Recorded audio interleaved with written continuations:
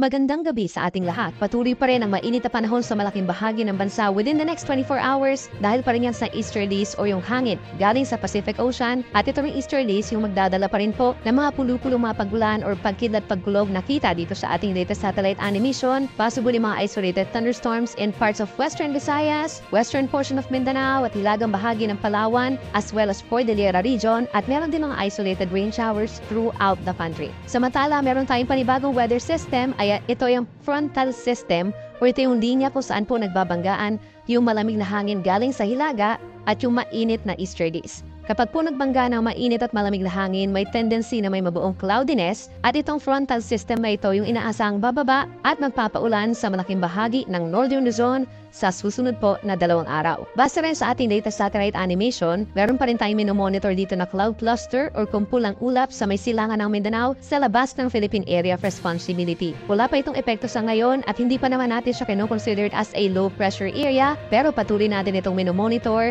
dahil posible ito magpaulan at maging weather disturbance sa susunod po na linggo sa ating bansa. Samantala, base naman sa latest tropical cyclone threat potential po ng Pag-asa, sa Climatology Division po, inaasahan natin na simula po bukas hanggang sa weekend is possible nga no, dun sa may cloud cluster na yon ay may mabuo na low pressure area or sama ng panahon.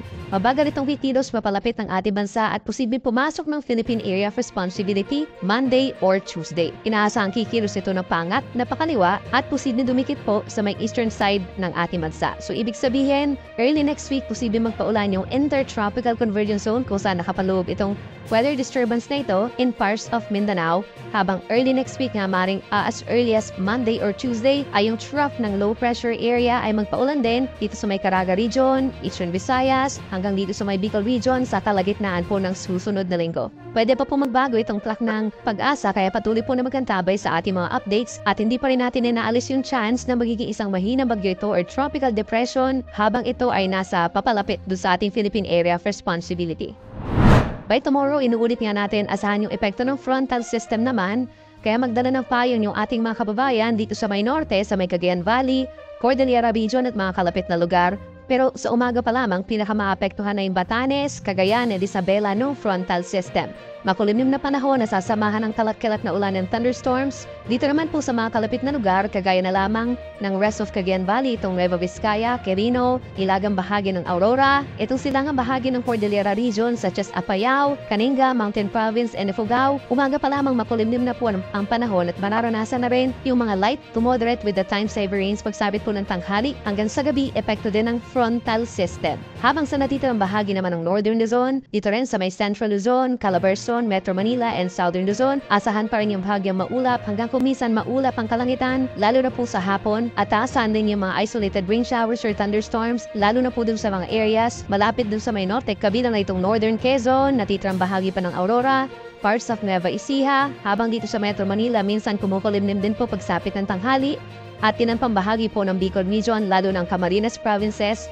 and Catanduanes. So ibig sabihin yan, kapag may mga pagulan po tayo, mababawasan yung init na mararamdaman ng ating mga kababayan, lalo na doon sa may Northern Luzon. And in fact, dito po sa may Tuguegarao, hanggang 33 degrees Celsius lamang po yung possible air temperature by tomorrow at mas lalo na yung heat index, posibleng mababa din po.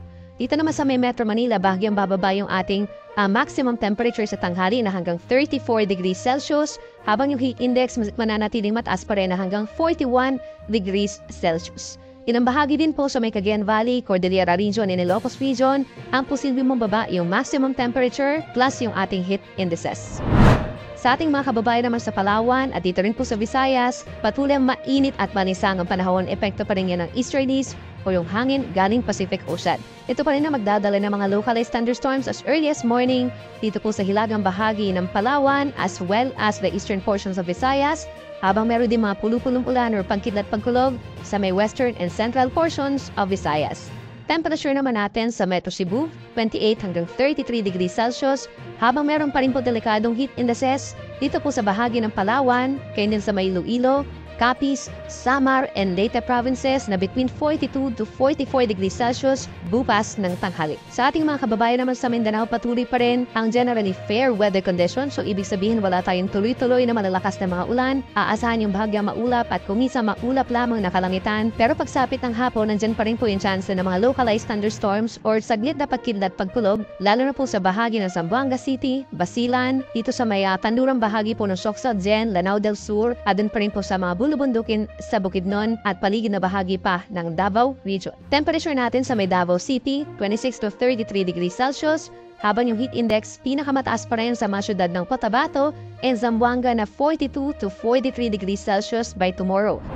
Para sa mga naglalayag naman nating kababayan, by tomorrow hanggang sa Friday, aasahan natin yung pag-ihip nga ng northeast wind flow, yung may kalamigang hangin doon sa may norte. So ibig sabihin, mahangin at medyo maalon po hanggang 3 metro dito sa baybayin ng Cagayan Valley at ng Ilocos Region, lalo na po sa Batanes and Babuyan Islands. Nasa 3 metro taas sa mga alon hanggang 1 palapag ng gusali po. Kaya delikado ito sa mga maliliit na sasakyang pandagat, sa mga magsisi travel po doon for the next 2 days. Mag-ingat po tayo habang sa natitirang baybayin pa rin ng ating bansa. Aasahan pa rin yung banayad at minsan katamtaman na taas sa mga pag-alon, maliban na lamang kapag may thunderstorms kung saan posibleng umabot sa hanggang 2 metro.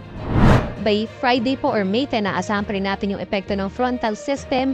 Magiging maulap pa rin at may mga pagulan pa rin dun sa may areas ng Cagayan Valley, Cordillera Region, Aurora, at aasahan pa rin yung epekto ng easterlies for the rest of the country by Friday. Then over the weekend, posible yung mga may hinang pagulan at mga localized thunderstorms sa may eastern sides, lalo na sa may Caraga and Davao Region dahil sa paglapit ng Intertropical Convergence Zone. So dito sa Metro Manila for the next 3 days, andyan pa rin po yung bahagyang maulap at nisang maaraw na umaga at posible yung mga kaulapan pagsapit ng tanghali at yung mga pulupunong ulan o pagkidlat pagkulog pagsapit ng hapon.